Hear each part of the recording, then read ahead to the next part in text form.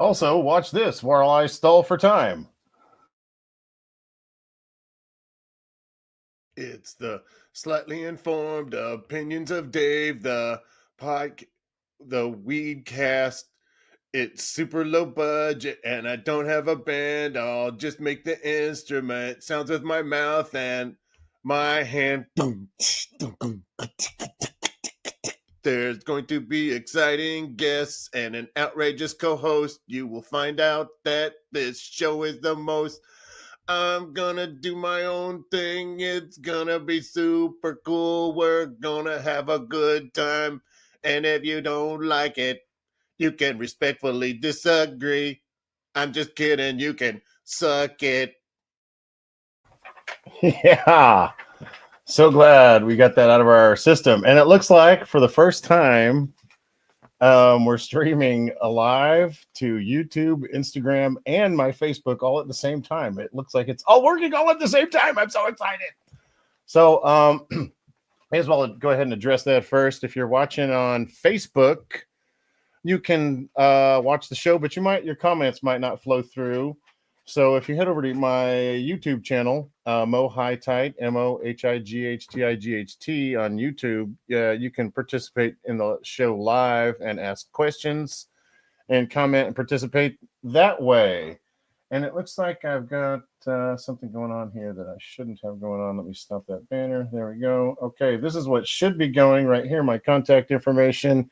So if you want to get a hold of me, you can call me at 573-818-9985. mohightide@gmail.com. I already went over the Mohightide at YouTube. You can get a hold of me there. 420 Hightide on Insta.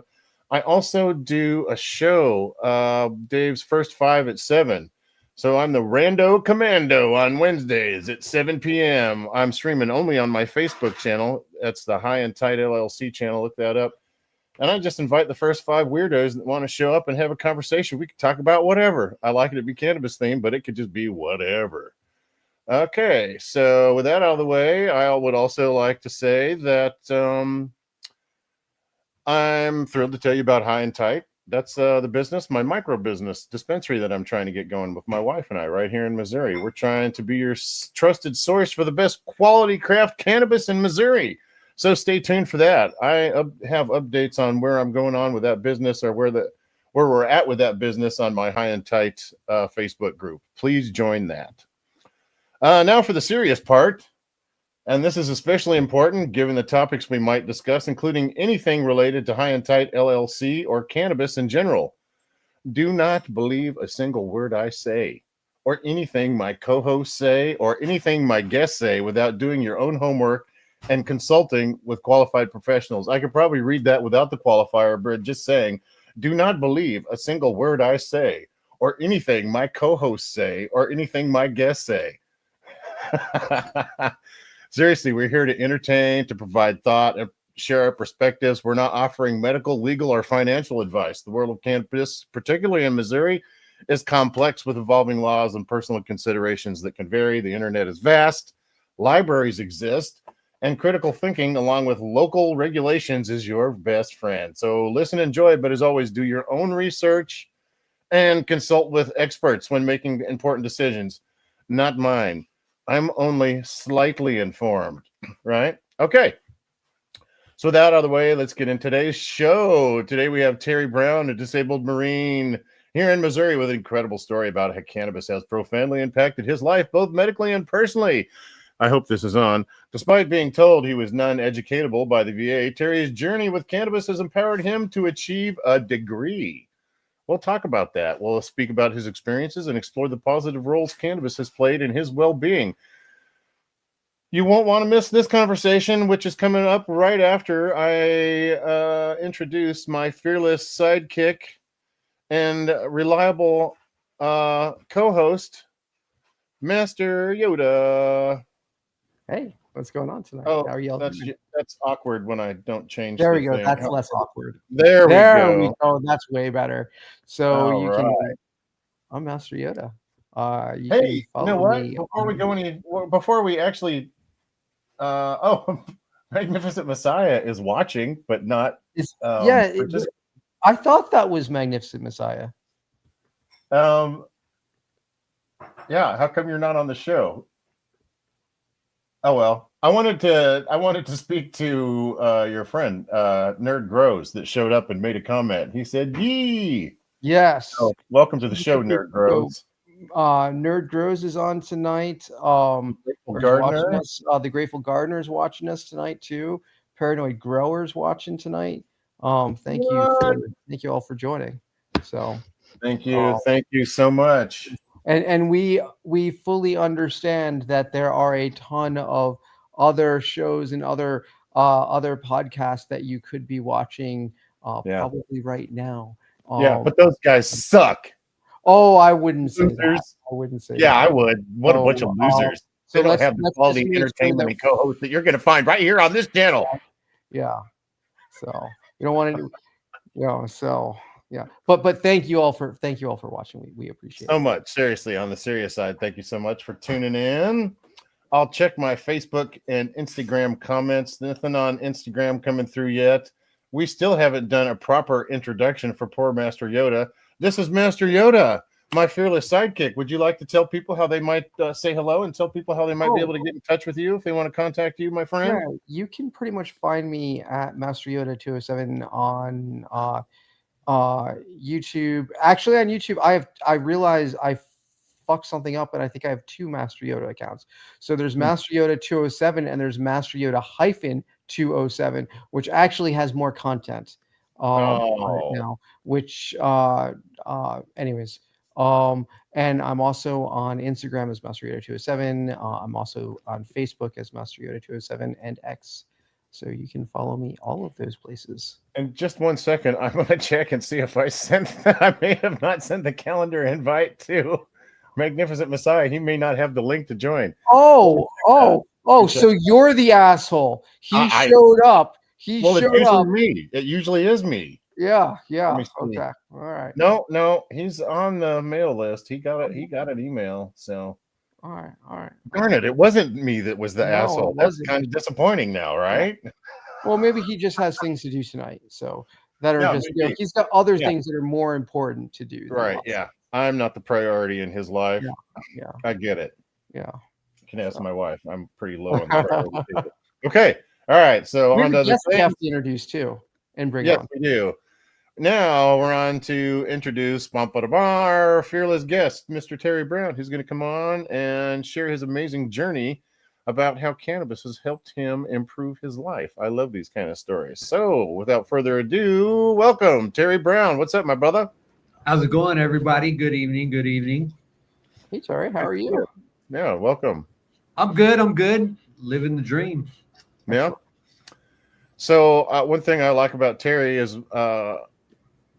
even though I may not like some of my brothers and sisters, all my, I think we're all brothers in our humanity. All of us on this planet makes us all brothers and sisters. But Terry and I have a special bond and brotherhood, the brotherhood of having served our country in the military. That's it, kind of have a special bond that all military people that have served have with each other. So we like to appreciate that. And I like to promote that. About myself. That's kind of why my business name, High and Tight, which is a play on the military haircut. You know, I want to kind of have a military theme in my business and so forth. So it's good to play to your advantages in life. You know, if you're a pretty woman, play to that. You know, whatever. If you're smart, play to that. If you're a pretty woman and you're smart, man, the world's your oyster. You know, you got it made. So, Terry, tell us about your first cannabis usage ever in your life. I was 15 years old. My mom handed my sister some weed, and she said, "Get away from me and go smoke this and leave me alone." So we went next door to an apartment, and I was probably the youngest person in the room. Everybody was probably 17 to 20, and I was 15. And so they're just rolling up, passing it. I'm hitting it. 4 or 5 hours go. I got this big old Cheeto bag. I put it over my head. I say, I'm Cheeto Man. And that was my night. Cheeto Man. When I woke up the next day, I said, wow, that was the best time of my life. And I wasn't drunk. Right. Sure. So I wanted more. So I started exploring. The first cannabis I smoked was the Mexican brickweed. Yeah. Mexican brickweed. Yep. I was hooked. I liked it. I was like, hey, this does amazing things. I'm enjoying this. I weighed 250 pounds at the time. So the one thing I noticed it did for me is it gave me a confidence booster. I didn't, Oh yeah. Okay. As I progressed through my freshman year of high school, you utilizing cannabis, I realized I had a newfound confidence. I was walking different. I was talking different. I was making friends. I went from being the loner who sat alone at lunch reading books to being this guy walking up to people. Hey, man, you want to come to my house after school? Let's hang out. Like, this is cool, That sounds like a lot of fun. And how was your sister? Was your sister older than you? I guess she was. Yes, she was 17. To my knowledge now, she does not continue cannabis use. And I believe she's against it from last I knew. Do you know why? Does she have like religious grounds or just moral things or? Dave, real quick, just let me interrupt. Magnificent Messiah needs a link. I sent him a link. Oh, okay. Resend it to him. Okay. I just emailed him, and he said he didn't get an email earlier, and I tried to tell him it's not an email that I sent. It should be a calendar invite that's on your Google Calendar or whatever calendar you use that I send it to every week. Okay. All right. I was just watching the comments. Gotcha. So. Yeah, I was kind of keeping an eye on him too because I knew that he was having issues. Maybe he'll join us here in a minute. Well, growing up, my sister lived with her dad, and I lived with my mom. So my mom was an addict, so she had seen a lot of struggle, and my mom was telling us what the problem was cannabis, but it wasn't. It was other substances. We were young, so she wasn't telling us. So after 17, 18 years old, my sister decided that because my mom was saying cannabis had wrecked her life so much, she decided it wasn't for her and she wasn't for it. Gotcha. As for me, like I said, I was discovering a newfound confidence. Like, she was the first person to ever smoke cannabis with me, and the first person to tell me is going to ruin my life. Here I am looking back, and I'm an audio engineer now. I don't think cannabis ruined my life. We get a lot of mixed messages as youth about drug use in general, but cannabis specifically. We got Magnificent Messiah on, and I'm going to bring him on the stage here. And I think I'm going to kick you off the stage for a second, Terry, and then I'm going to bring him on. Well, let's see. I'm going to bring him on and let's see what happens. Testing 1, 2. Hey, what's up, Magnificent? You there? Oh, can y'all hear me? Yeah, we can hear you, man. What's up, bro? I can't hear shit. I'm all fucked up over here.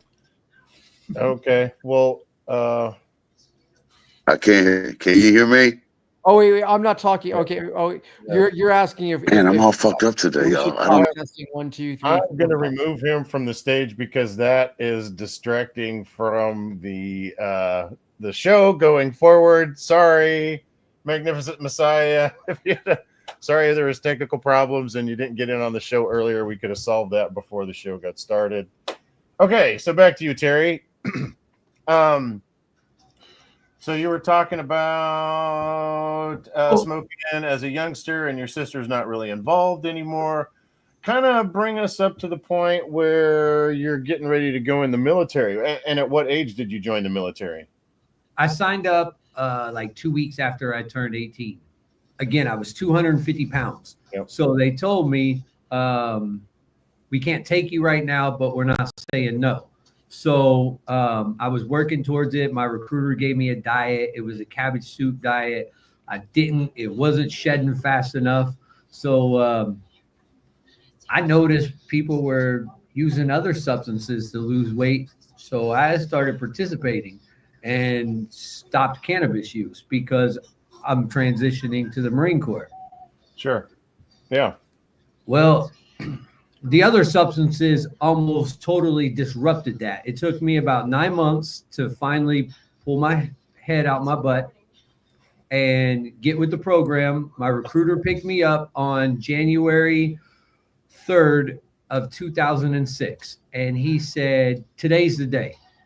I don't care what's in your system, it's coming out.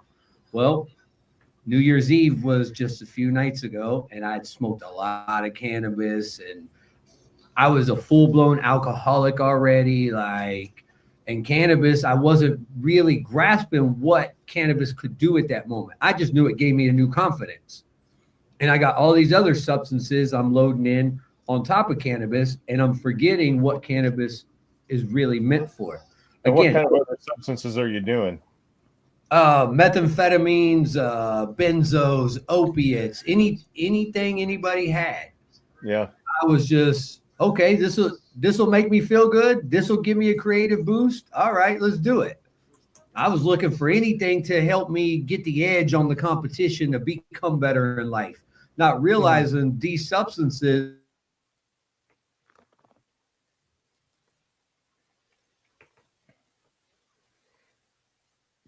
Am I the only? I think Terry's audio is or something, or maybe he's lost connection. You're back, Terry. You broke up there. I don't know what happened. Yep, I can hear you. I don't know what happened. It just all went dark on me. Sometimes it does that. I think that's what happens when the government's watching and they're tracking what we're doing and they want to eavesdrop on our conversation. Sometimes it goes black like that. It's the FBI or the CIA, I'm sure, or maybe the KGB even. Yeah. Oh, see, look, there it goes again. Okay, so what's happening, and I apologize, is my Wi-Fi keeps jumping between two different networks. I'm so sorry. I don't. Don't worry about it. Got the other one, so hopefully it doesn't happen again. So don't worry about it.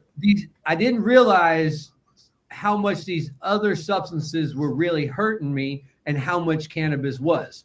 So on June 3rd, my recruiter took me to 24-hour fitness, and we went to the treadmill, we went to the sauna, to the steam room, back to the treadmill for a full 24 hours. I didn't get no food. I had very little water, enough, he said, so I wouldn't dehydrate while we're trying to shed water weight and clean out my system. All this worked.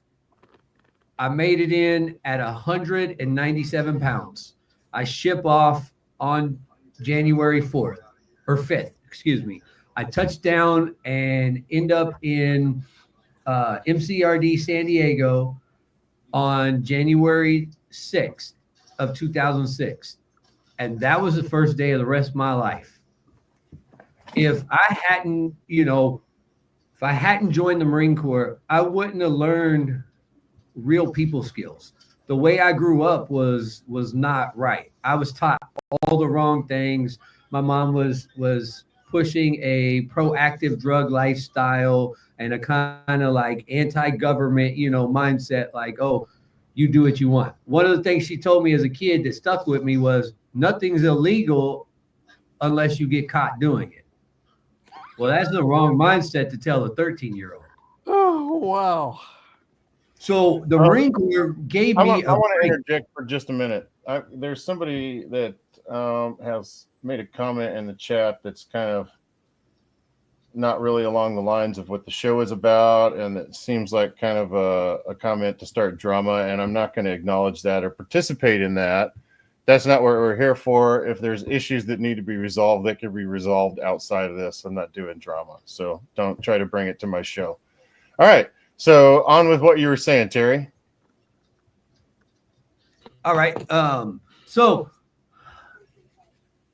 I lost my train of thought.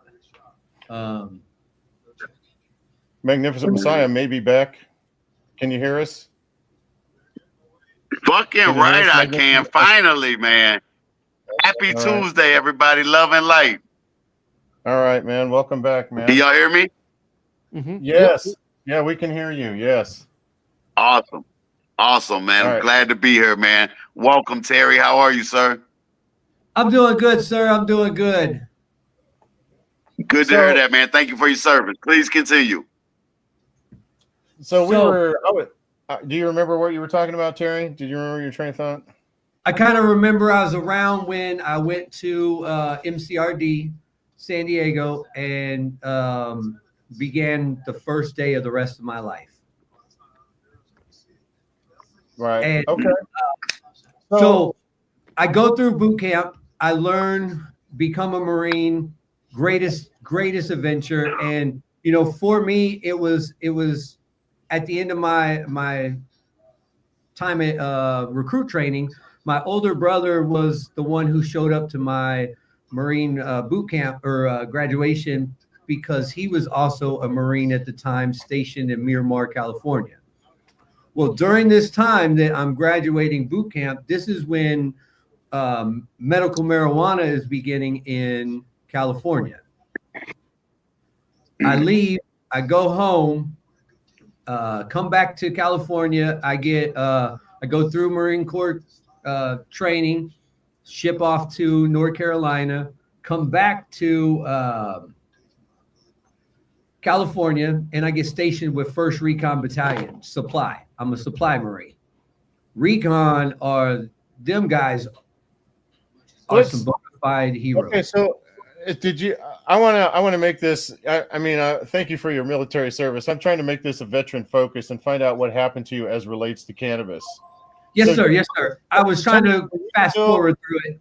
Were you still trying to use cannabis while you were in the military? Did you have some negative? I was just about to get there. So during this time, I'm trying to speed it up.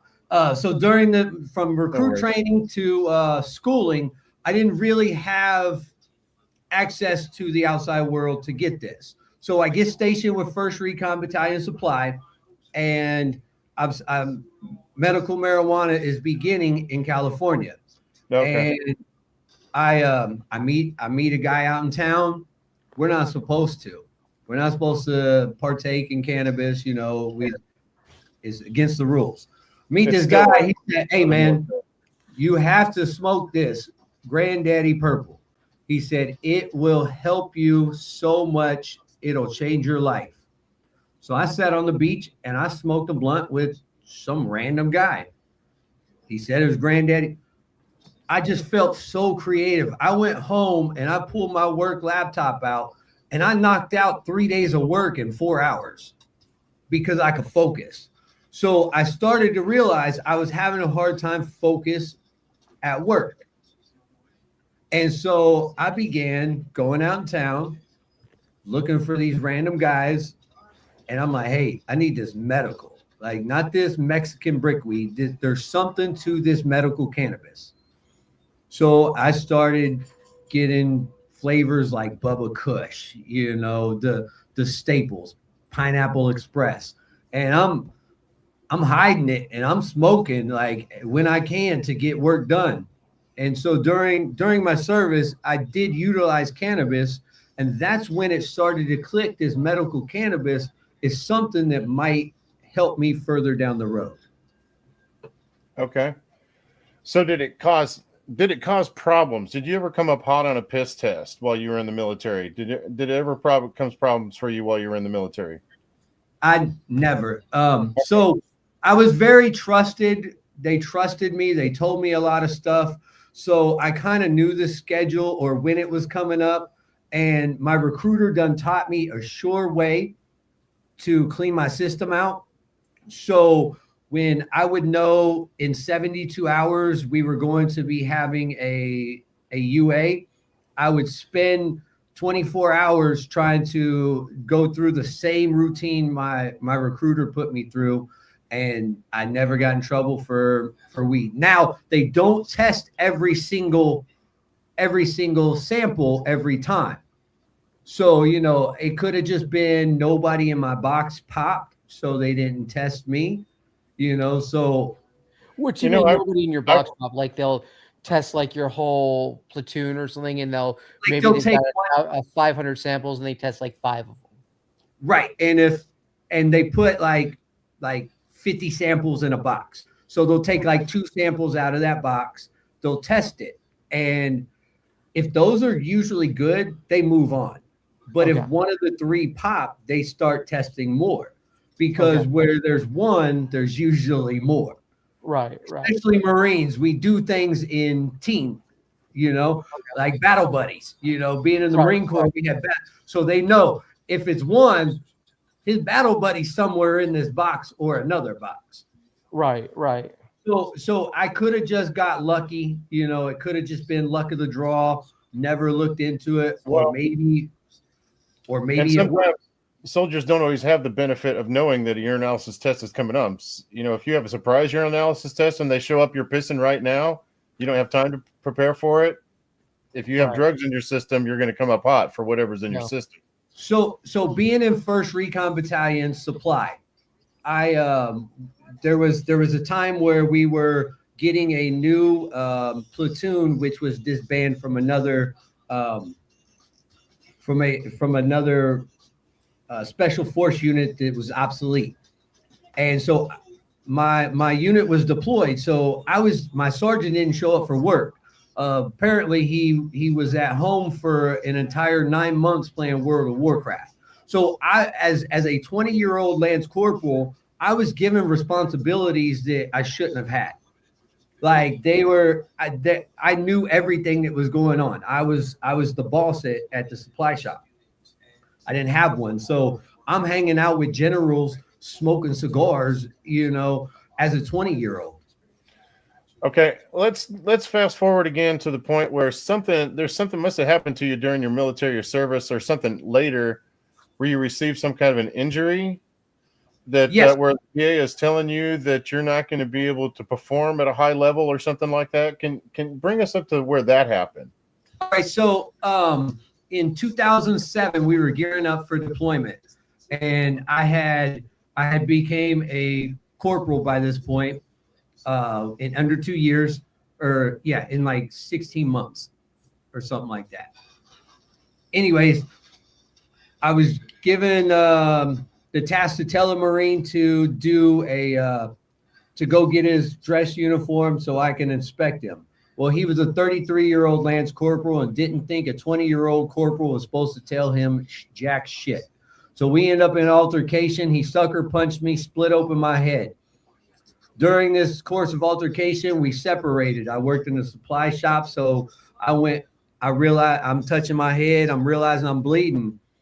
So I go to the Palicon and open it up and get out a knife, and I chase this guy down. I was going to cut him. Well, we were set to deploy in 3 days, literally in 3 days. The day after this incident was the Marine Corps ball, and then we were getting on the planes and we were gone. Well, because I pulled this knife and changed this guy, I got sent to the psych unit. So they sent me over to be eval'd, and they said that I have intermittent explosive disorder, which is a chemical imbalance in the left side of my brain. Is that something you've had your whole life, or is that caused by this?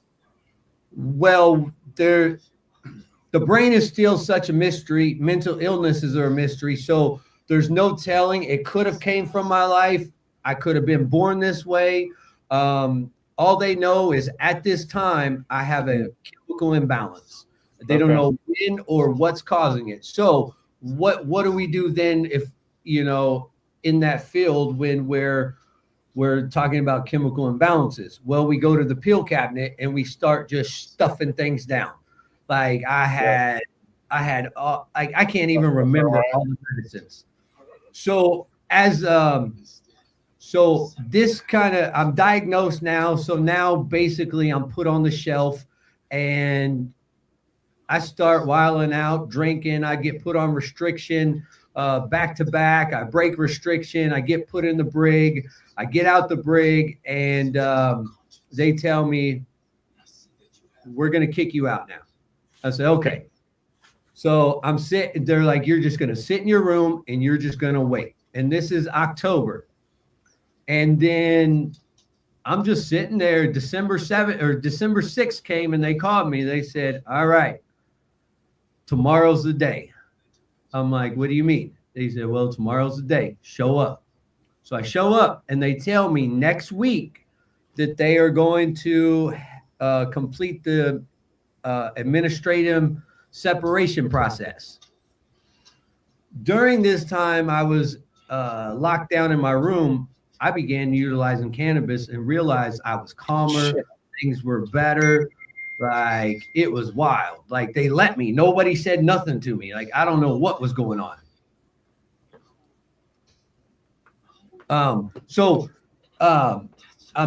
I get diagnosed. I start working. I was going through the TAPS and TAM classes to transition. Well, because I was diagnosed intermittent explosive disorder, they sent my file to the VA. Well, December 14th, I was ADCEPT. My date to get out was January 3rd. So I completed it, because I would have been out in November with all my leave time. So I get out, and about 10 months go by, and I receive a letter from the VA, and the letter states that I am. They have deemed my services honorable for Veterans Affairs services, and they had given me a rating of 60%.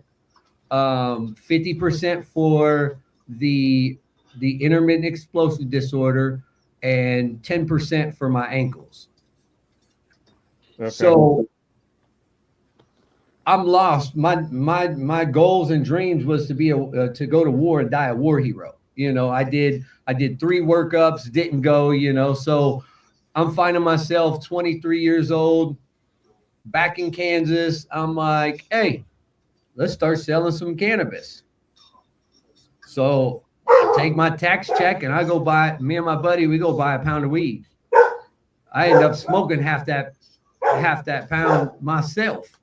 Okay. So like, typical pothead stuff, right? I got you. Yeah. So after you got out, let me interject, please. After you got out of the service, can you tell me what some of the primary challenges you faced, both mentally and physically, after you got out? Homelessness. Okay.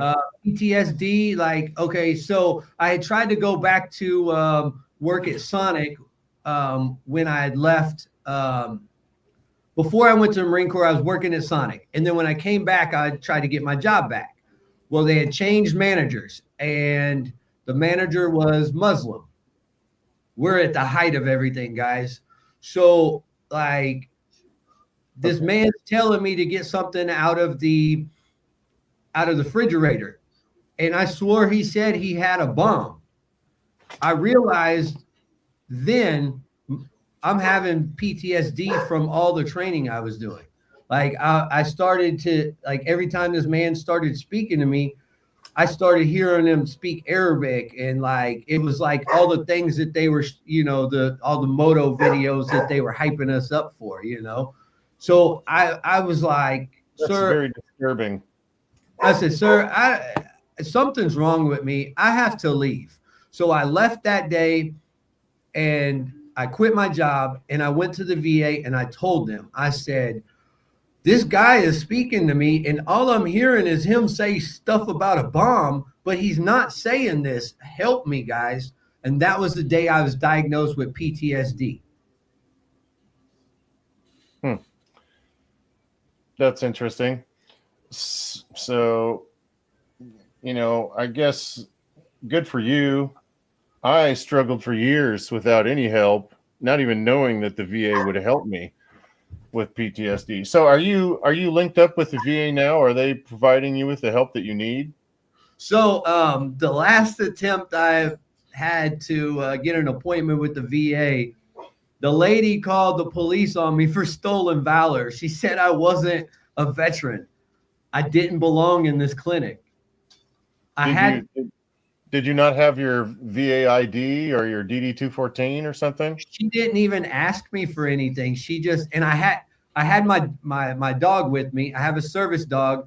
who I've trained for room clearing for my PTSD, because nighttime becomes the biggest time for me. Anyways, so I live 2 blocks away from the clinic. I realized I didn't have my wallet on me. So when she said, I'm calling the police, I hurried up, took my dog home, grabbed my wallet, ran back up there, and I'm giving the police my stuff. And they're laughing at this point. They're like, bro, we know you're a Marine. Like, it's okay. I'm like, this lady called you because she doesn't believe me, and I'm in the system already. So, okay, so what happened? Right. So they scheduled my appointment, and then that VA clinic closed down 2 days later, and now it moved too far away. So I'm in a region where I can't access medical care. I'm trying to work with Missouri to get over to Nevada. Oh, gotcha. So yeah, I'm having problems right now. And I don't usually have problems. Look at this elbow here I'm working with. Oh. I bumped my elbow about a month and a half, 2 months ago, and it was like the size of a tennis ball. Now it's just about the size of a golf ball. But I went to the VA. I went to the emergency room. It didn't hurt. It just started swelling up, and I was like, "Oh shit, that's not normal." So I went to the emergency room, and they're like, "Well, you bumped it, idiot." So is there a VA emergency room, or you went to the regular ER? If the VA hospital is large enough, they'll have an emergency room. Sometimes they're just a clinic, and sometimes they're a full-fledged hospital, and they have mental services and places for VAs for veterans to live. And sometimes they're not that comprehensive. It depends on the size of the facility. Okay. And a lot of times, what you have to do to get outside care and not pay for it yourself is you have to contact your clinic you go to and notify them that you are going to the ER, so they can make a note and receive the bill. But if you don't contact them, they'll make you pay for it yourself. Oh, wow. Okay. I learned that. I broke my hand and I went to the ER, and because I didn't notify, I was on the hook for the bill. Okay. No, that's not right. You could have probably pressed that issue, I bet. I ended up letting the VFW. I just went to the VFW because they're very big advocates for veterans, and I let them hash it out. The bill went away. So yeah, right, yeah.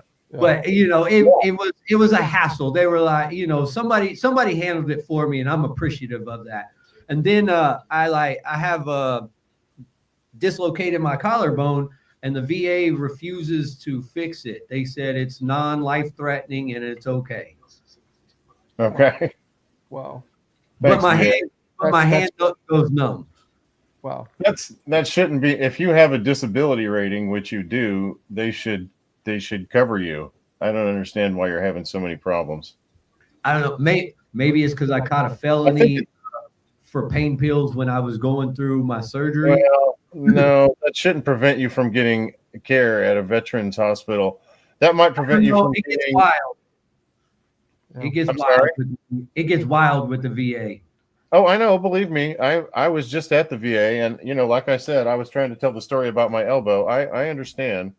I know how I can get at the VA, and I've got actually nothing but 90% positive stories to tell about the VA. I'm very grateful for the medical care that I get, and I think the doctors there are amazing. I'm so lucky. I feel like it's a blessing in disguise. If I had to pay for all this stuff myself, I'd be screwed. It's the hassle to get there.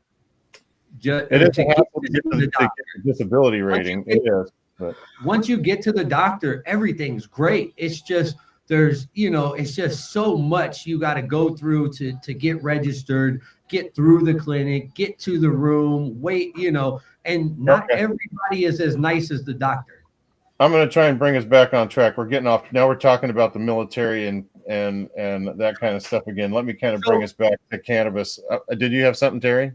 Yeah. So I'm being told, at this time by the VA, being given a list, and I'm watching states. A list of what? What are you talking about? A list of disabilities. Like they gave me social paranoia, social anxiety. The list just grew all of a sudden with the VA, right?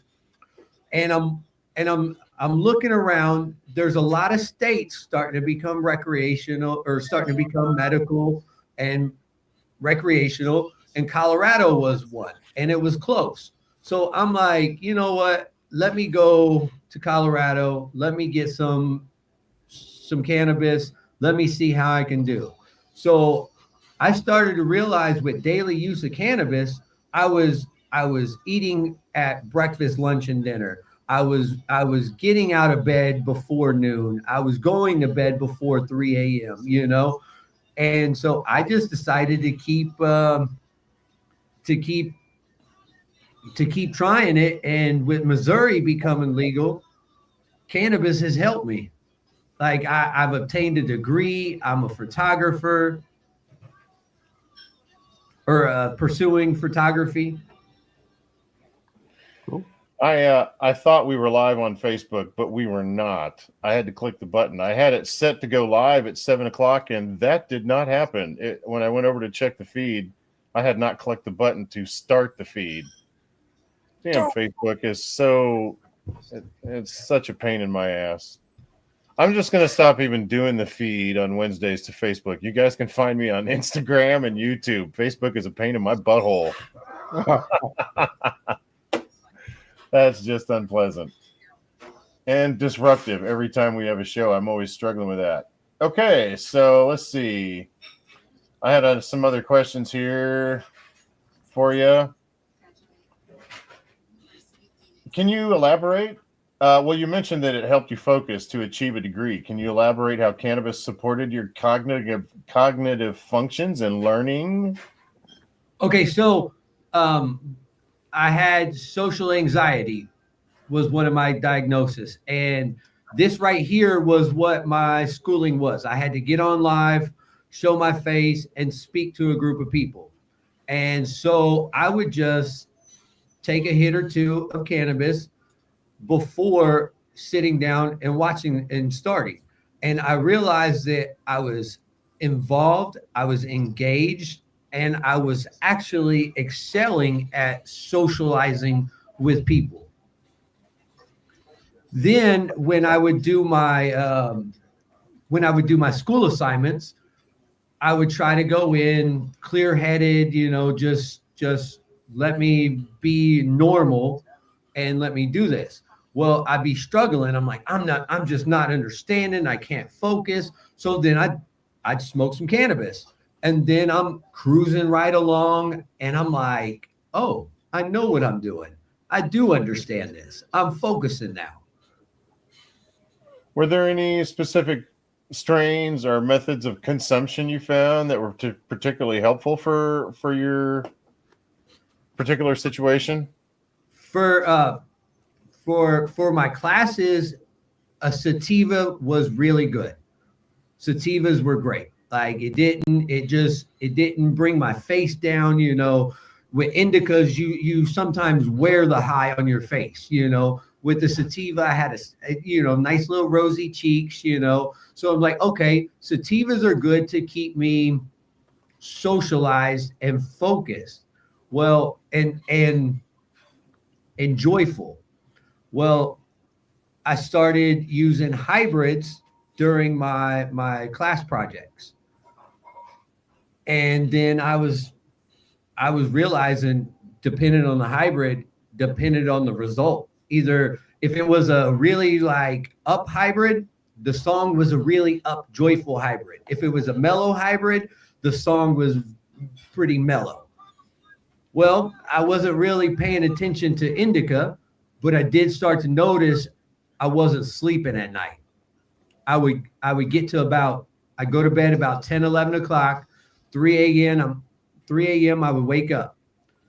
Well, the person I was with, she was an indica person.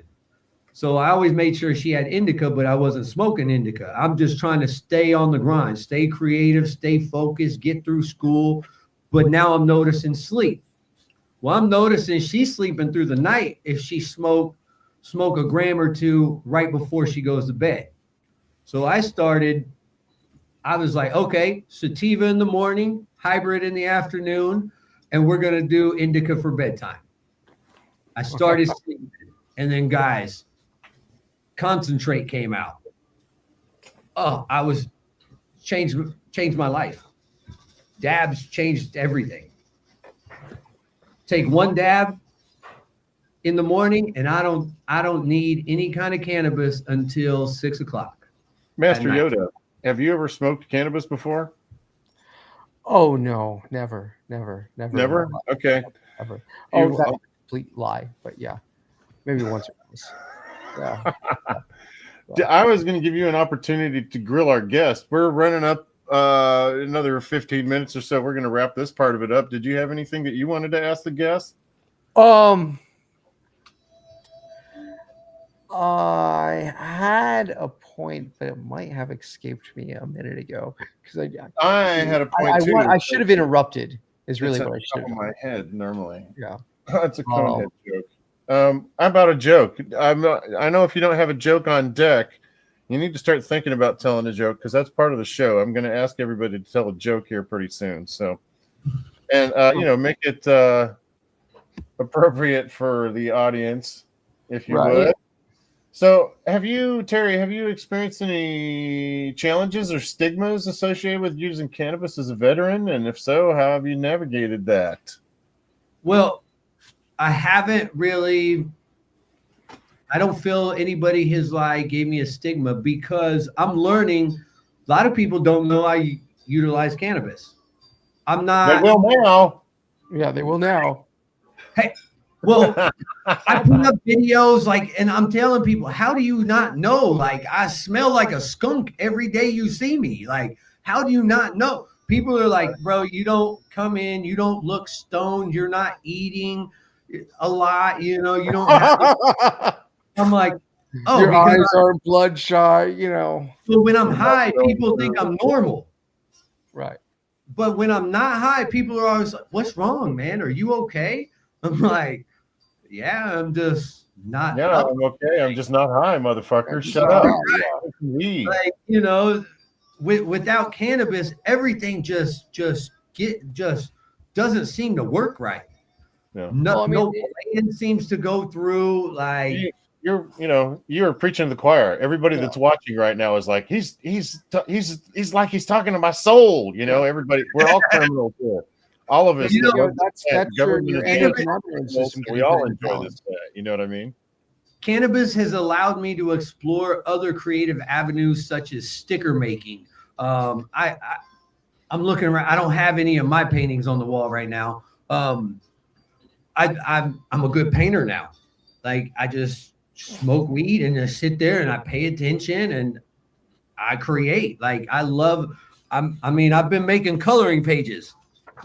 I was just going to say, cannabis has caused me to do stuff like learn how to do close-up rubber band magic, which nobody wants to see and cares about. Wait, that's rubber the kind band of stuff I'm over here trying to make coloring books. Magic.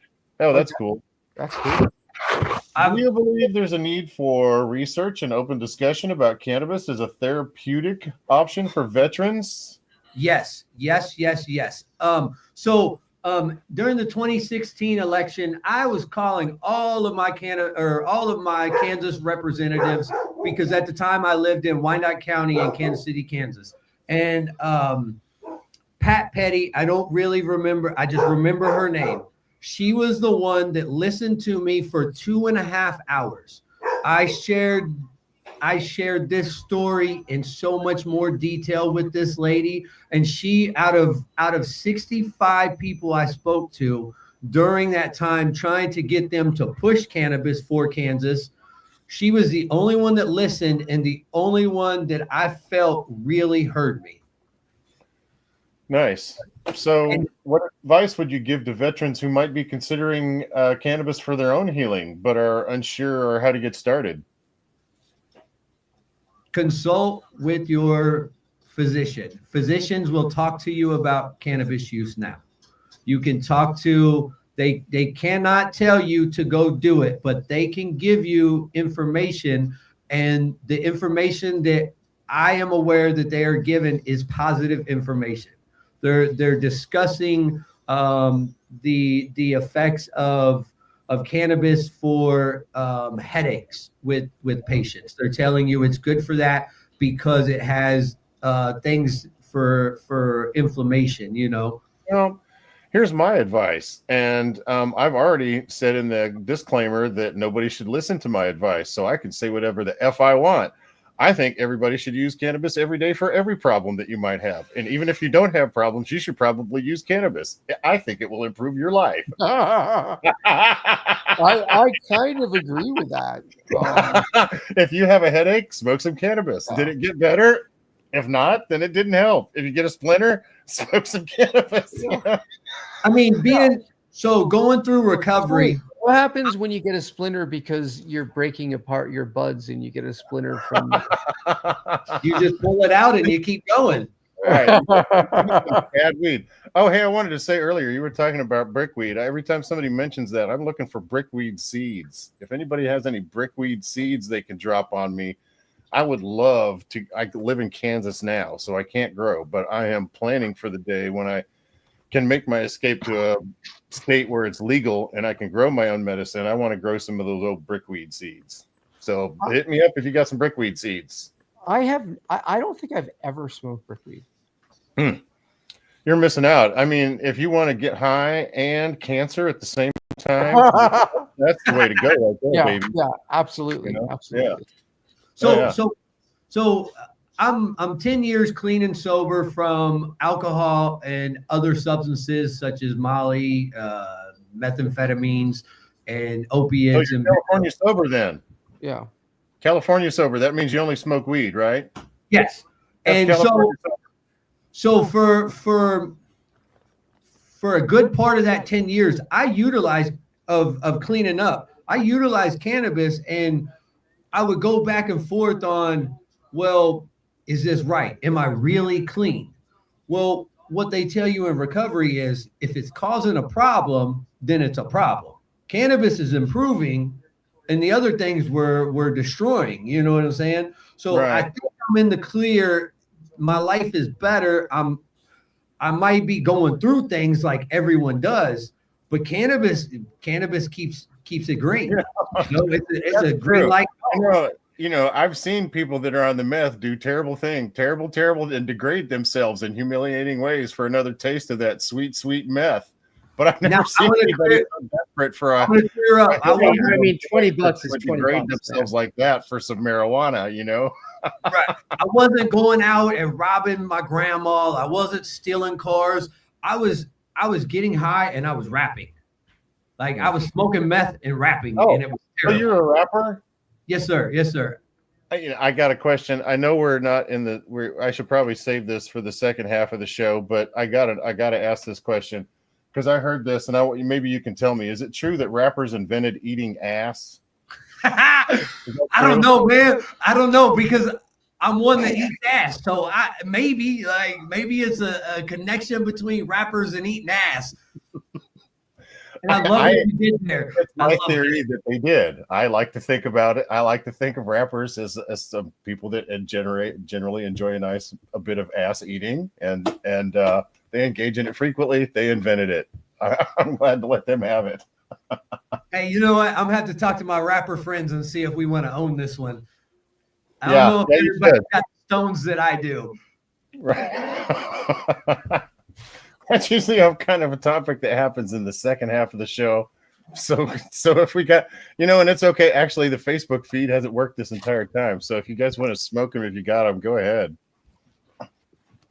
Oh, are we in the pants optional part of the show? Yeah, we have been the whole time because the Facebook feed never started. That's the only reason we do pants optional anyway. I think we're just going to not have the pants optional. We're just going to have an adult show from now on, and I'm not going to do the feed to Facebook anymore. That's been distracting and problematic from the beginning. Okay. I'm gonna do the high and tight thing that I do on Wednesday to try and promote my Facebook channel, but other than our Facebook group, but other than that, I think we're just gonna do without Facebook from now on. We're getting a little bit of activity here on Instagram. Madman Plant was watching us, and my buddy from Vigorous Farms was on here talking about how his bullshit marijuana laws were effing up everything for the social equity program there. And while we're talking about that, I want to kind of promote next week's show a little bit, which will be, and I'm drawing a blank. I just wanted to promote it, and then I drew a blank. I think next week's show is going to be the micro business panel. So we're going to have a lot of people on the show next week. Hopefully we'll have Master Yoda, myself, and Magnificent Messiah, who is also in the Missouri Micro Business Program. He's a grower. I'm a dispensary. And we're going to have some people on that either want to get into the micro business program, have questions about it, approve of it, or don't approve of it. I'm trying to get a wide range of people so that we can have a good amount of conversation. We have a new guest on the show. We do. And Let's need to acknowledge proclamate that. it. This is Miss Lilith. Miss Lilith. She's beautiful. She's Yes. a boxer lab mix, but obviously there's some pit in there. And then A pinhead. got another, my service dog. He's well, let me move my service dog is up on the bed back there. Okay. You don't got him working, so he's just sleeping, huh? Yeah, I see. When I stay home, he loves it because he don't have to do nothing. Right. I enjoy my dogs more than I do people. Like going through this separation, the one thing that I realized is I'm just better off alone, because when I'm with somebody, I'm doing too much for them and not enough for my dogs and myself. Oh, whenever I'm alone for more than 30 seconds, I'm doing too much for myself with my pants off and a special alone time. Wow. Magnificent Messiah said that rappers didn't invent eating ass eaters did. Well, rappers, a bunch of ass eaters. I mean, that's my point.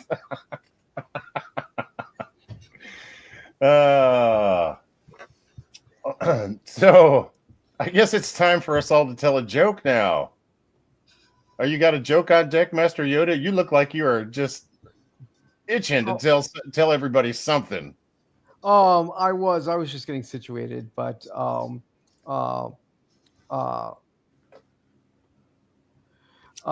why did the cannabis plant get detention? Why? Too many sticky situations. God, that sucked. That was terrible. I love it. You got one, Terry?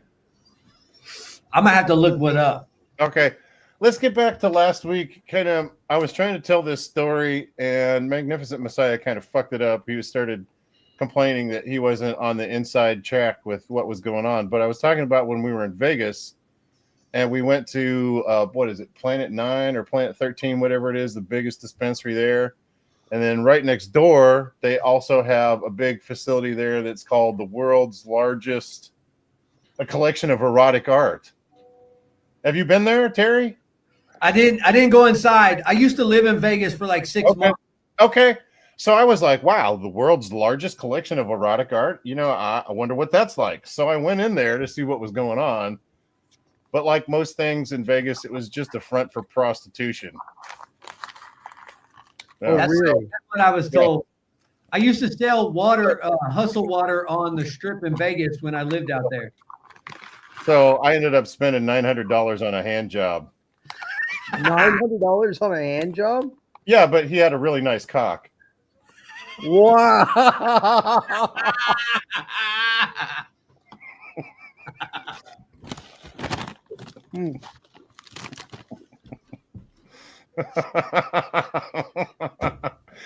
I was trying to tell my stupid joke last week, and Magnificent Messiah derailed it by getting offended that I didn't take him with me when I went to the world's largest erotic porn store. He was all offended that he wasn't part of it. There is this porn store out there. Oh sure. Oh yeah. Like it says it's like the world's largest collection. Like I thought you were being for real. Oh no, there is. It was a joke when I interrupted. No, there really is. That's really a thing. The world's largest collection of erotic art. Yeah, for sure. Yeah, that's a real store. But part of me going in and soliciting prostitution obviously was a setup for a stupid joke. But up to that point, right. True. But that's what made it fun, is because Magnificent Messiah was there and he was part of that. I was hoping that he would kind of enhance the joke, but instead he kind of derailed it. Right. Vegas is so, man. Like I want to go back to Vegas. Like I was when I lived in Vegas, it was before recreational. Yeah. I think that you need to have a job that that gives a lot of money. If you want to be in Vegas and have fun, it requires money. Yes. Yeah, it does. It does. You know, if you want to go out and do anything, it's $50 to park. You know what I mean? I sold artwork and hustle water on the strip to pay for my fun out there, and then use my disability check to pay for my housing. At the time, I was only getting like $900. Wow. So I made it happen. You know what I'm saying? Like I am so thankful the government is willing to help me and give me a disability check, because I would have never became an audio engineer. I would have never got on a stage and performed if it wasn't for my disability. I use my disability to invest in myself. So I hope America's proud one day when I'm on some billboard, they paid to put me there. Right. And or when I likely wind up in a jail cell somewhere. Right. that's what we're avoiding. We don't want no more jail cells. Like no. It's been 10 years since I've been locked up, and we're not going back. No. I try to do everything as close to the law as I can to not get in trouble. Well, I can too, and a lot of times that's why I have to start doing a disclaimer on the show, is because I think a lot of times people feel like I'm maybe treading a gray line here. Because a lot of times, sometimes my content is about these like little events and stuff where stuff is going on at these events, things that are questionable, or guests that come on that may make questionable claims or say things that aren't legal or whatever. You know, and I'm not responsible for things that other people do. I'm just here telling I want to tell everybody's story. I think everybody has probably that smokes cannabis as part of the family, and they all have an interesting story to tell. Especially me. I'm very interesting. Really? Yeah, but nobody will interview me to find out. So until then, I guess I have to be the world's best interviewer. Those bastards. I know, right? Yeah. You know, at some point, I'm going to bring my little podcast I started about 5 years ago. It's called 21 Answers with T. Lee.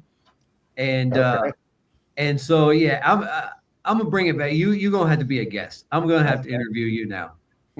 Yeah, I'm surprised that I'm not getting the recognition that a rap star that eats ass might be getting.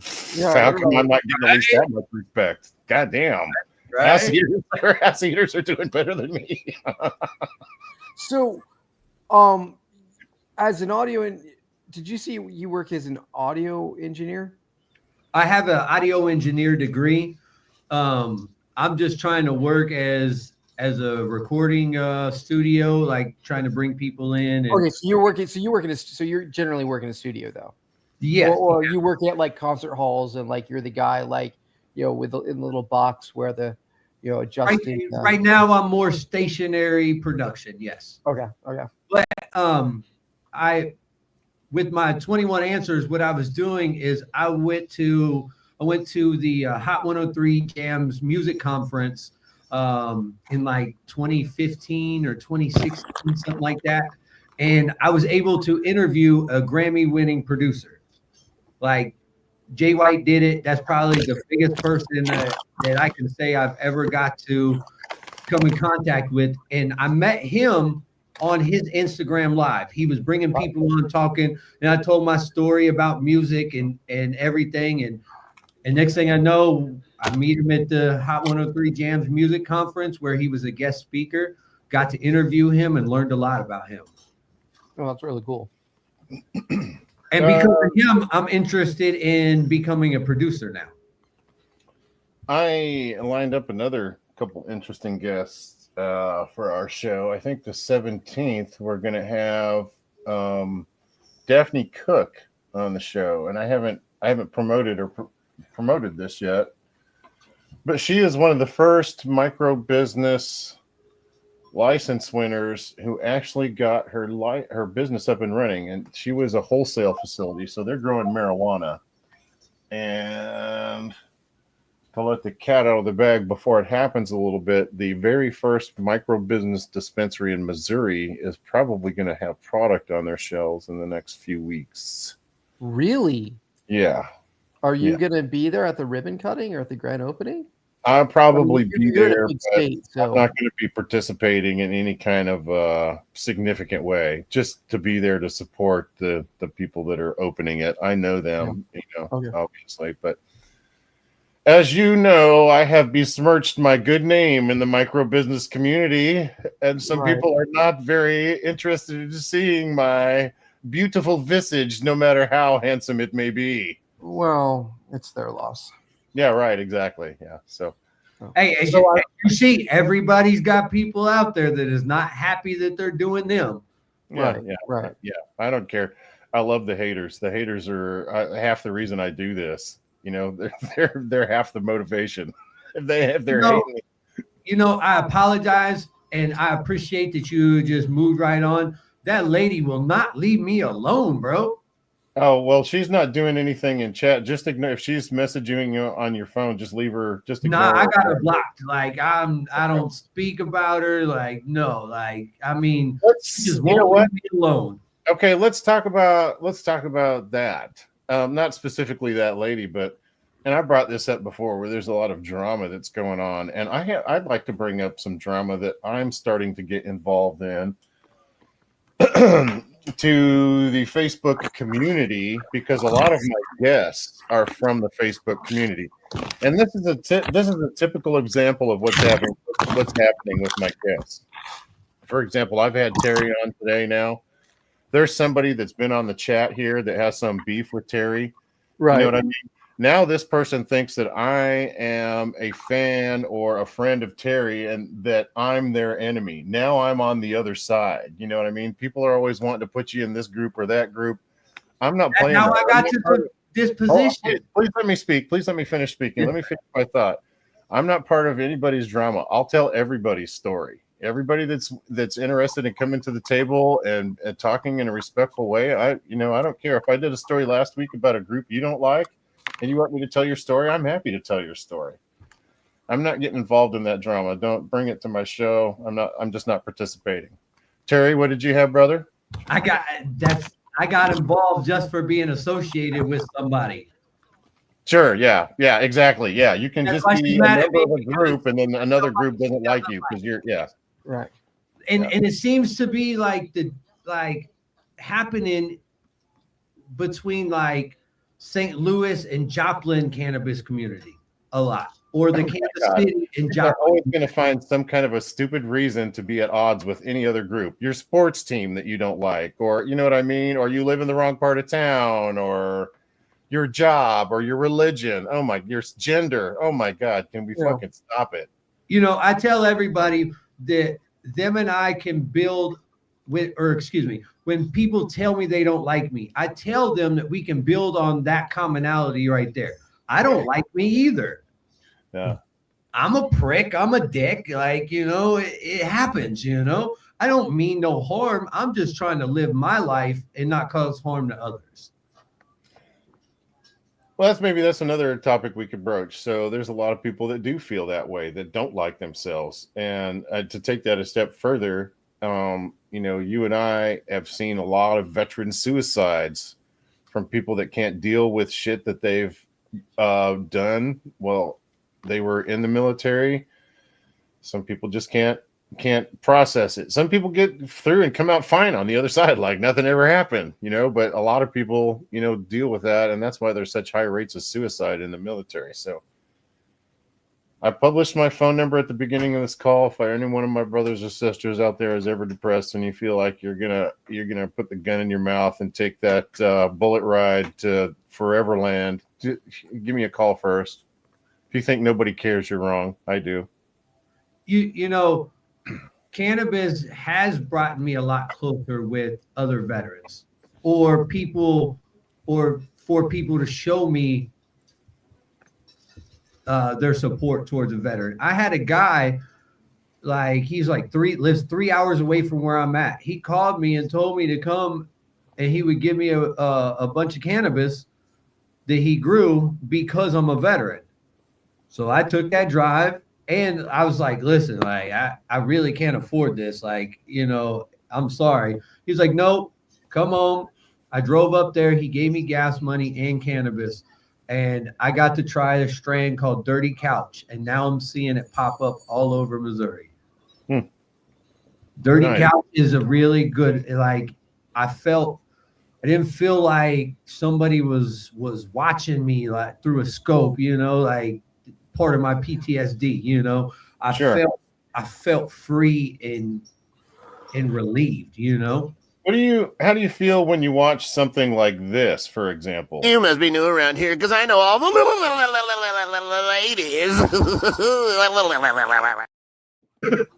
How does that make you feel, sir? That makes me feel happy. That's funny. You know, yesterday I seen a baby lamb. It was just born yesterday morning, and this lady was holding it in her car, in her lap, in her car in Walmart. I'm walking in, and I stopped. I said, I had the biggest smile on my face. I said, that made my day, lady. That fucking lamb is beautiful. And then we went and learned it was just born, just hours old. And it was just looking at me, and I'm like, wow, this thing knows what's going on. Yeah. Sometimes they really have a message that they really want to share. For example, here comes Carl. He's going to do it again. Carl, come on. That was so 1980s, man. Stop. So I used to have goats when I lived in Kansas City, it Kansas. didn't slow him down at all. He just did it right off. Unfazed. Just right on to the next story.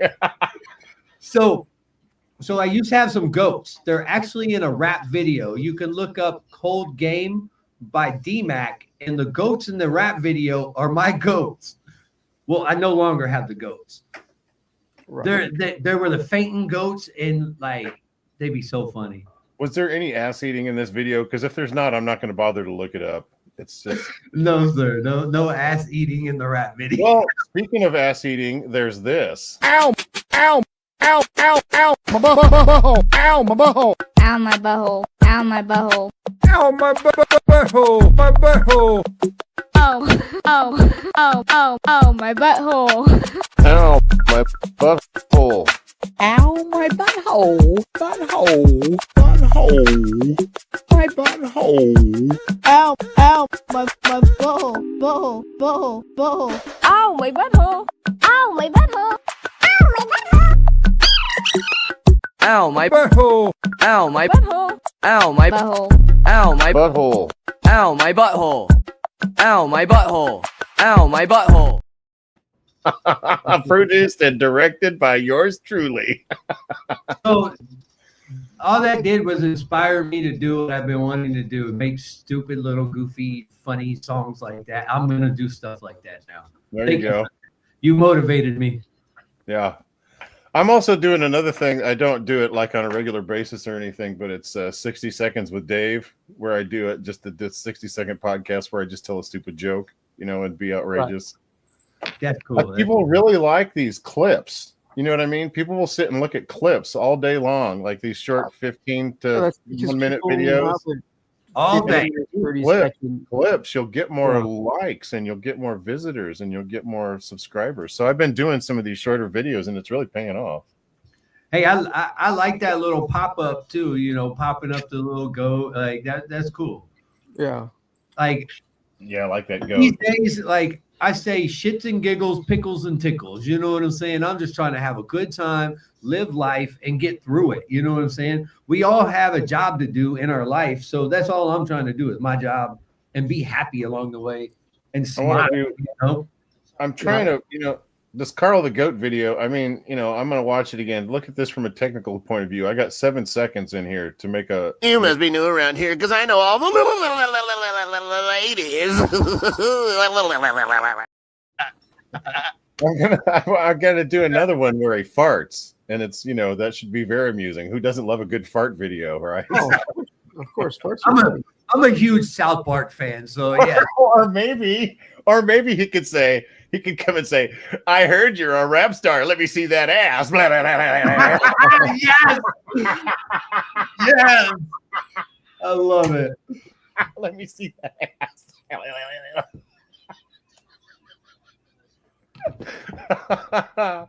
Okay, all right. Was that a bit too much? Master Yoda looks awkward and uncomfortable now.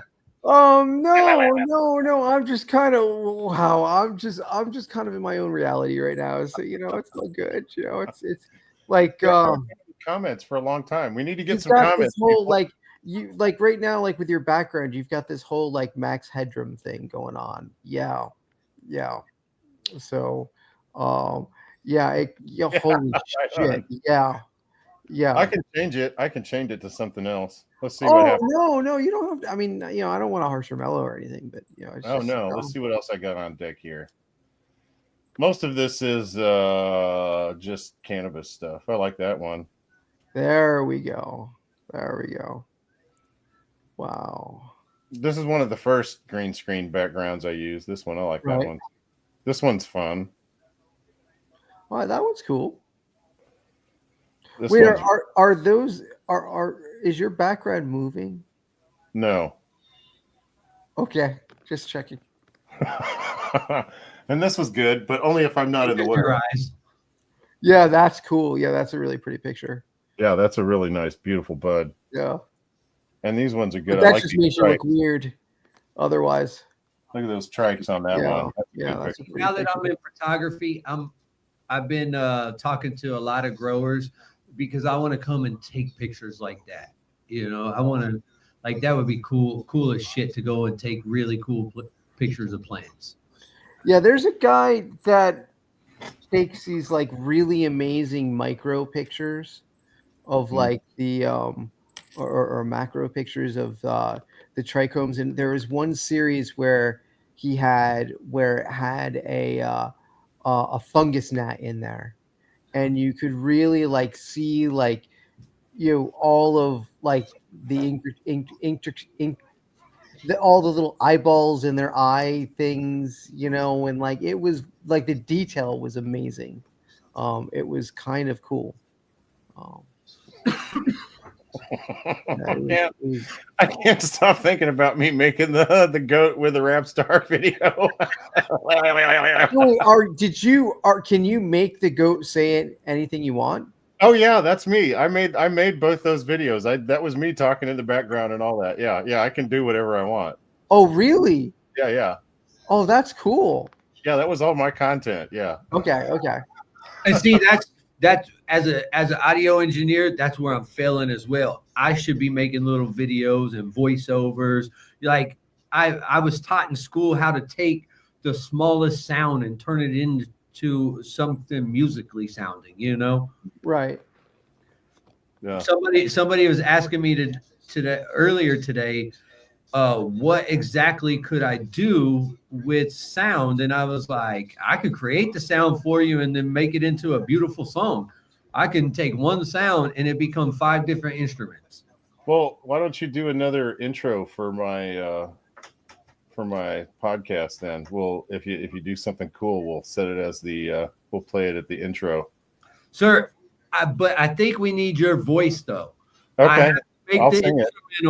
And I was the first time you when you sent me the episode of the shit show, the intro. That was a great episode. I stopped right after the intro because I had to go back and listen to it again, and then all of a sudden, just the gear started turning. I was like, you know what? Now he needs an instrumentation behind him, and then he can adjust a lyric in there and said, now I got a band, Yeah, make something. Well, we could do something together. We'll pump it up a little bit. And for me, I feel I work best when I'm working with someone or bouncing off of someone. Anytime I've done any good rap songs, it was when I was right in front of a friend that was doing a rap song with me, Anytime my solo stuff, it sucks. Like, I like it when I'm featured with somebody, like, because I don't know, it's just an energy of, bouncing back and forth that, you build up, and it's just, I don't know, it's just incredible. Yeah. There's this crazy rap about Magnificent the Messiah. I talked to his mom. She told me he's a liar. His favorite flavor, it's a papaya. Couldn't make it to the show. He had a flat tire.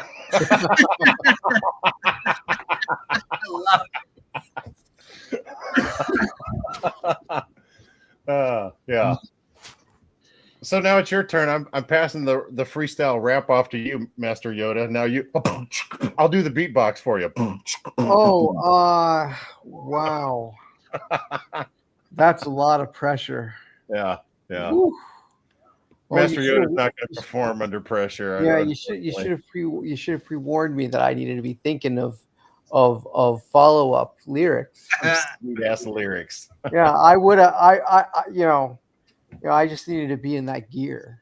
Master Yoda can blitz some serious rhymes, is what he's trying to say. I mean, I just don't want to make him feel bad. I mean, like, yeah. He's won a few freestyle rap competitions. Yeah, he doesn't want me to tell people that, but it's happened. No. I mean, yeah. Hey, I got to judge a rap contest one time. Oh, really? Yeah, I had to leave early, and they weren't happy. Grading criteria, like who eats the most, and how do you grade eating ass? Who eats the most ass, or who eats the best? Is it a volume thing, or how does it work? No, real ones just know. You know what I'm saying? Real ones just know who eat the most ass. Yeah, it's a volume thing. Who eats the biggest ass? Yeah. So this one time, I don't know. Yeah, I'll share this story. This one time in the Marine Corps, 5 of us in the barracks decided to go on Craigslist and see who could get the biggest girl and smash. I won at 720 pounds. Wow, nice. Yeah.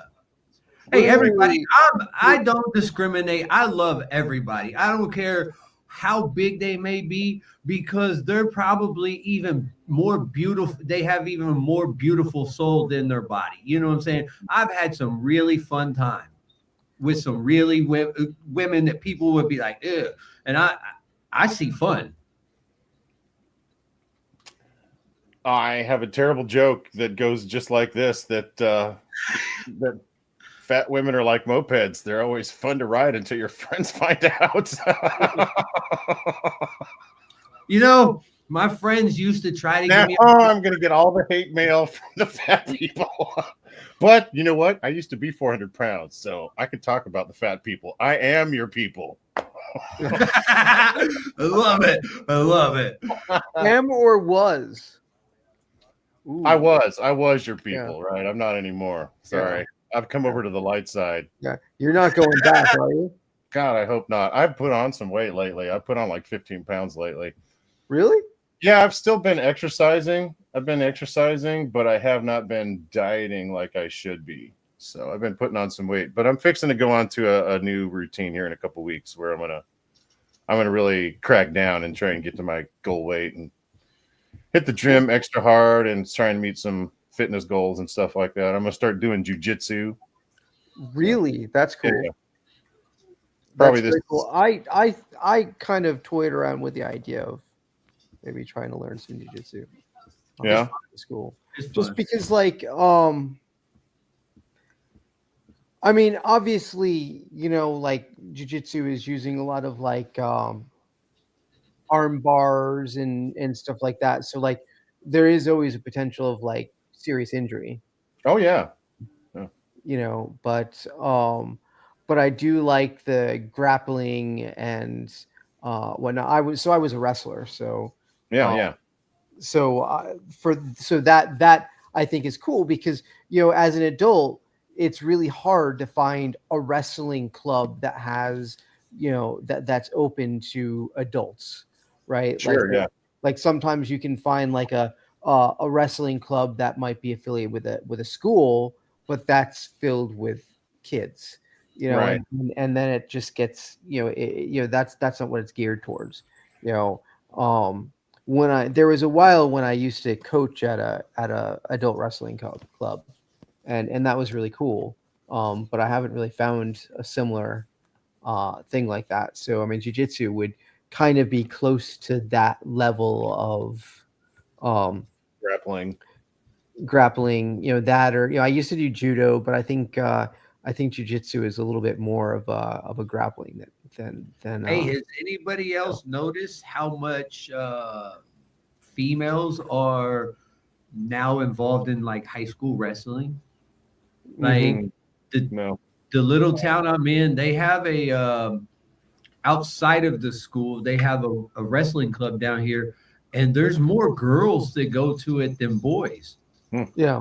Like I I love watching them wrestle though, and I in big fights, I which is encourage MMA. girls I love watching the girls be wrestling. competitive. But they need to but they need to compete in their own league. I agree. How do you feel about these the trans people that are competing in sports? How do you feel about that?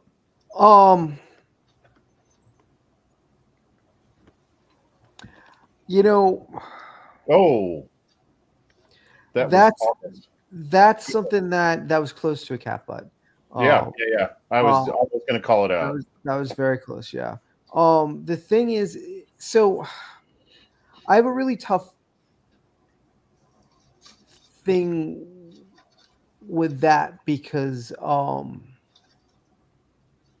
one, as as someone who's in the LGBT community, I'm a gay man, so uh, like that's kind of part of our community, but um, it's a real challenge because if they transition and if it's if they're transitioned and they're on hormones, then they should be, in theory, as that gender, right? Like if they're male to female but on estrogen, then they by weight they should be just as competitive as a female at that natural weight, because of hormonally they would be the same, because if you're thinking of well, it's a man, and men are stronger. I'm generalizing, but if you're saying it's a man and men are generally stronger than women, so he would have an advantage, or that person would have an advantage because they were born that gender. um that could possibly be true if they negate, but once you add in that estrogen and it's blocking that testosterone, um then that strength, I don't think, is an advantage anymore, because it should be the same. um How about Likewise, if it's a female to male, they're going to be on testosterone, but I don't think that's going to be like the same level as, like, someone taking it as a performance enhancing. So but that so I like that that is, you let's thinking talk of it about like that for just a second. Do you on think that a female that's transitioning to be a male and starts taking, like, I don't know, whatever they might take, like steroids and maybe what's that growth hormones, right? right. Maybe they would take that at 17 is going to have the same skeletal and muscular development if they start taking those things later in life to transition as a person that's been a male their whole life. Well, And I don't know, and I I haven't, would probably I don't, but I'm just thinking, like, if they're on those hormones, then like you have to. It's kind of it's a bit of a, it's kind of a mind fuck, right? Uh, and like, as it, just because I'm part of the LGBT community does not mean I understand. And I like that you pointed out testosterone, hormone blockers. Like that's one part of the conversation. One of the things that's not a part of the conversation. Like, I mean, I'm me. I'm not gonna tell anybody who they can love or not love, who to be, who not to be.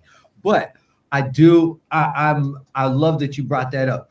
If they don't have a wiener and they're taking these treatments to be a woman, they should be identified as a woman. right. if they are a woman and because it's happening, they end up with the little wiener and they're taking these to not these estrogen blockers, they should be identified as a man. Right.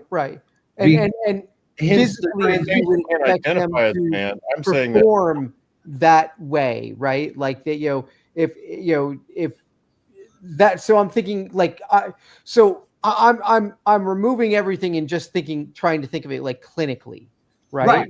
Right. Um, Right.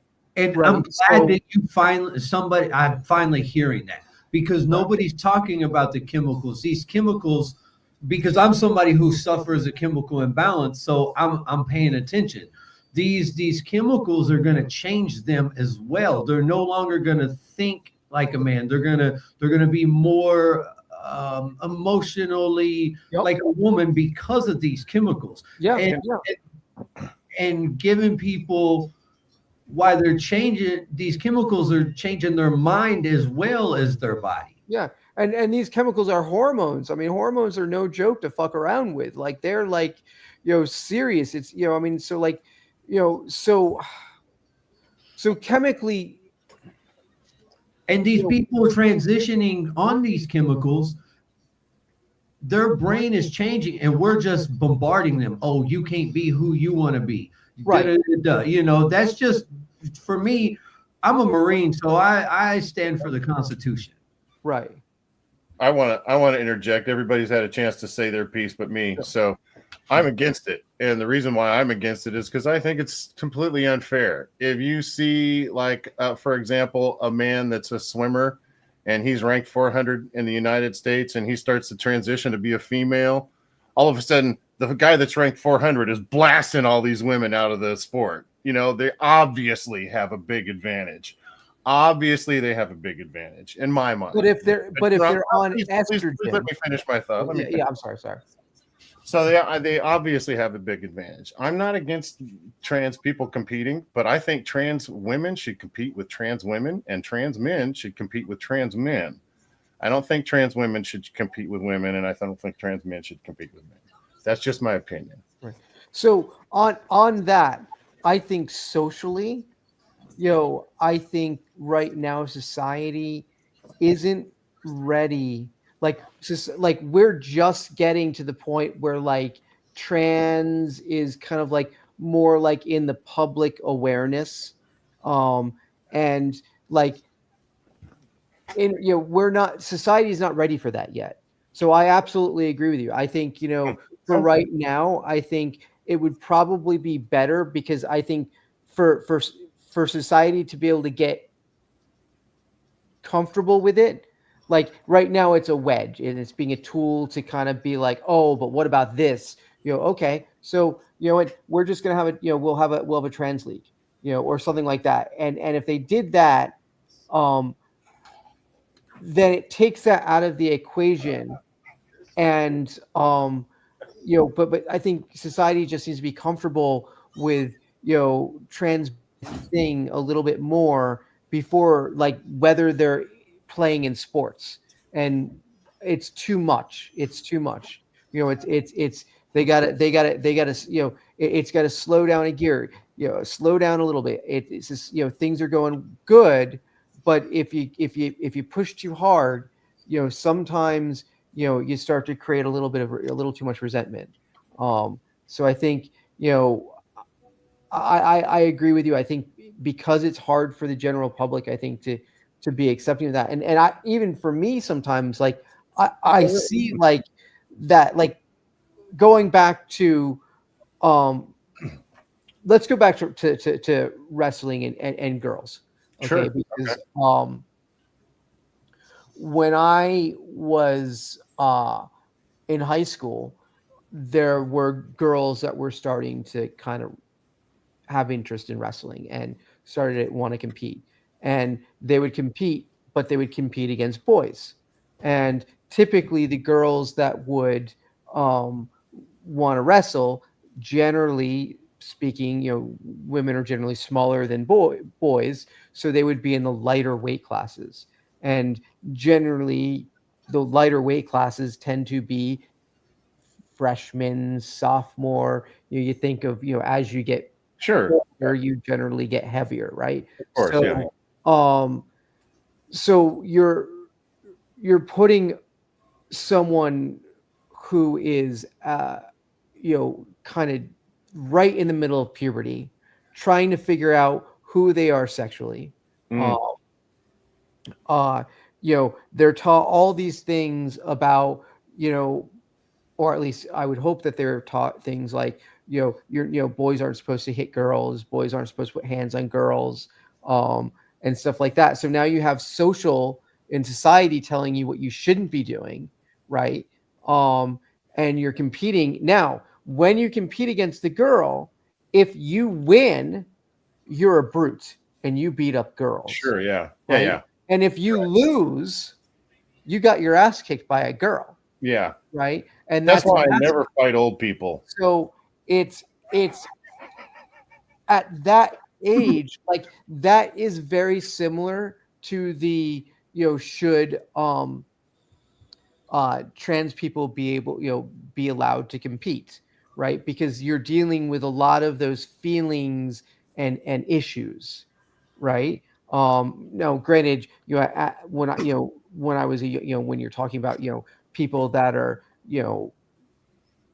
13 to 18, that's and most likely probably 13 to probably 16 at those weight classes, that's a really hard time to have to compete. So I understand the feelings of this and the advantages and whatnot, but I certainly think I encourage girls to wrestle, but I think that they have to compete as a female, as a gender specific league. I don't think it's fair to let them compete against boys. Let's see if we can. I agree. I agree. Did you want to have some input, Terry? And then I want to talk about weed because we have gotten way off track. Yeah, we have. Yeah. My ex's son, he did MMA and he went to a tournament and his first opponent was a girl.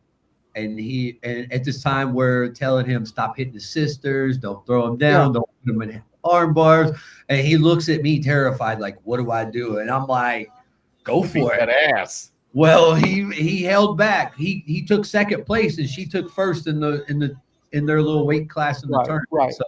So just that, like, if we're gonna teach boys not to hit girls, we shouldn't at 9-10 years old put them against each other. Right. I don't agree that we shouldn't teach boys not to hit girls. I think we should teach people not to hit each other. There you go. That. Normalize keeping our hands to ourselves. Yes, exactly. Yeah. So I don't think it matters cannabis or a little girl. I think a lot of little girls get away with a lot of violence because they're little girls. I think it's okay for women. They think it's okay for them to throw shit and hit you with stuff or their hands out of anger, and it's freaking not okay. Right. No, it's not. It's not okay. They get a pass with it because they're girls. Same way with when it comes to a lot of women when they get charged for pedophilia. A man charged with the same crime will do 15, 20 years, and a woman will go to jail for 5 to 7 years for the same kind of crime. That's fucking bullshit. At 16, 17, 18, I got arrested a lot for assault. Like, I was hot-headed. I would just fly off. Cannabis has really helped me from doing that. I don't nowadays I promote keep your hands to yourself. You know what I'm saying? And with cannabis, I could stay calm and think through the situation instead of just jumping 10 steps ahead of you and just hitting you in your mouth and walking on my way. You know what I'm saying? Now, cannabis helps me de-escalate the situation or just turn around right away and not even engage. Right. Guys, my wife is walking by giving me the evil eye. I think she's wanting to get ready for bed. So I'm going to wrap this up for final thoughts. Does anybody have any final thoughts before we provide our contact information one more time? Fun chat tonight, guys. Yeah. We never did get a joke from Terry. You know what? I'm so sorry about that. I never even looked one up. The biggest joke I have is my dad. He left me at 6. So, Oh, what a joke that guy is. That's all I got for you guys. All right, fair But enough. my final thought is smoke weed, stay calm, live life, puff on. Right, there you go. Hell yeah. Hell yeah. And acknowledge the haters, but don't let them influence you. Yeah. I just How about like you, Master Yoda? You got anything? Any final words of wisdom? No, man. Just keep on the good fight, and keep your head up. We hope to see everybody here next week for the marijuana panel, the marijuana micro business panel. So that should be an interesting call. People that don't know about what's going on in the Missouri micro business will have a chance to find out, and there'll be people that have had issues with the Missouri micro business program so far. I've invited them on too to vent their frustrations.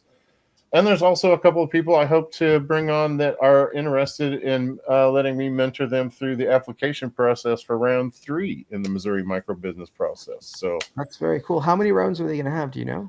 They're only required to have 3. And the next one should be the big one, because I think they're going to release all the licenses that they would have revoked, which I think is 42 or something, or which they would have issued, plus the ones that have been revoked, which is another like almost 40 licenses. So it should be the biggest one yet. Wow. Yeah. Wow. So if people are going to get in on it, this next round is their best and maybe final chance to get in on it. So if you want to hate on it and complain about it and not get in, don't complain later when you don't win. If you want to try, I'm here to help you.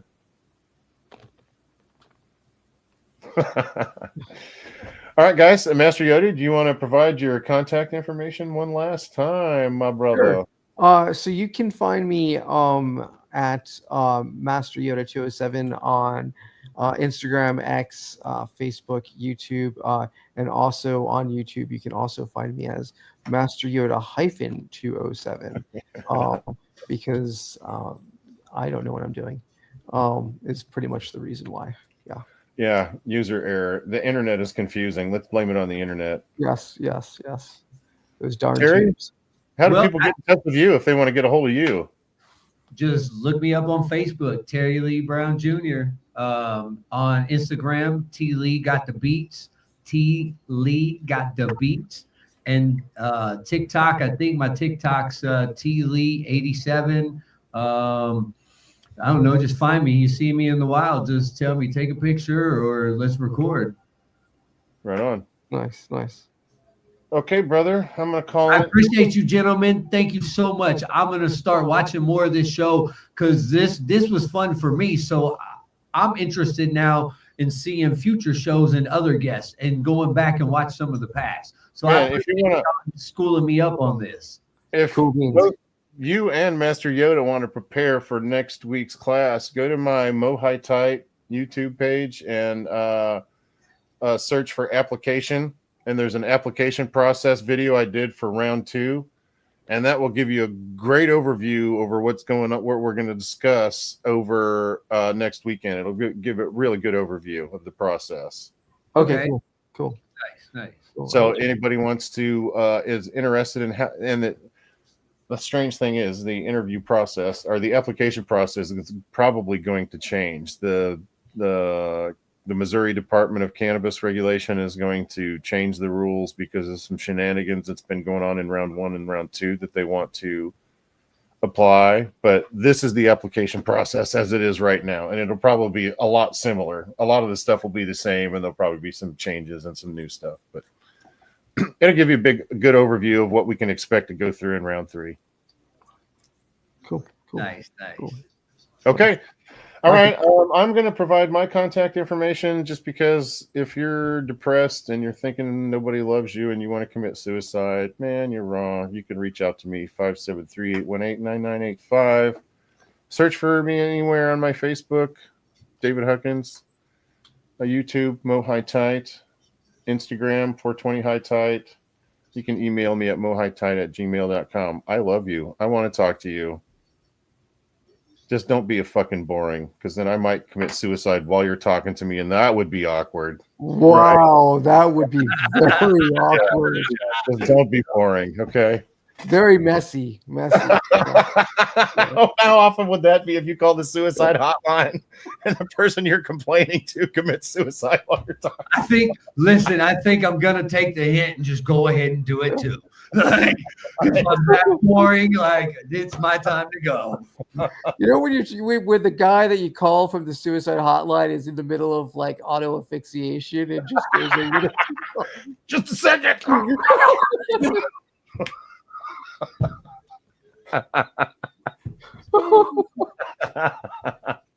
He's holding a can of tuna fish. All he's saying, I'm so close.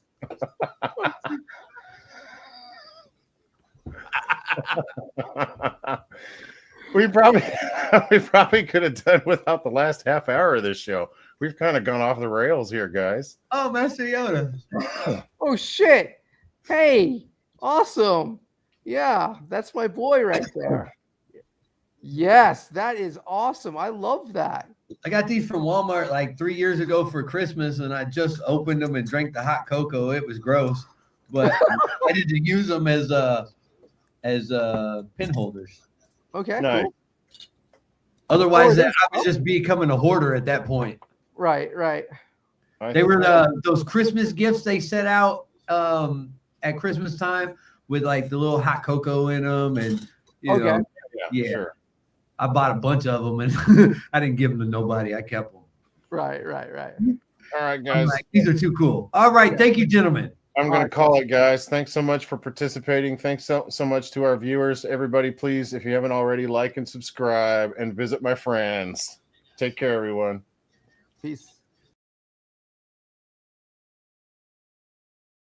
It's the slightly informed opinions of Dave, the weed cast. It's super low budget, and I don't have a band. I'll just make the instrument sounds with my mouth and my hand. There's going to be exciting guests and an outrageous co-host. You will find out that this show is the most. I'm gonna do my own thing. It's gonna be super cool. We're gonna have a good time. And if you don't like it, you can respectfully disagree. I'm just kidding. You can suck it.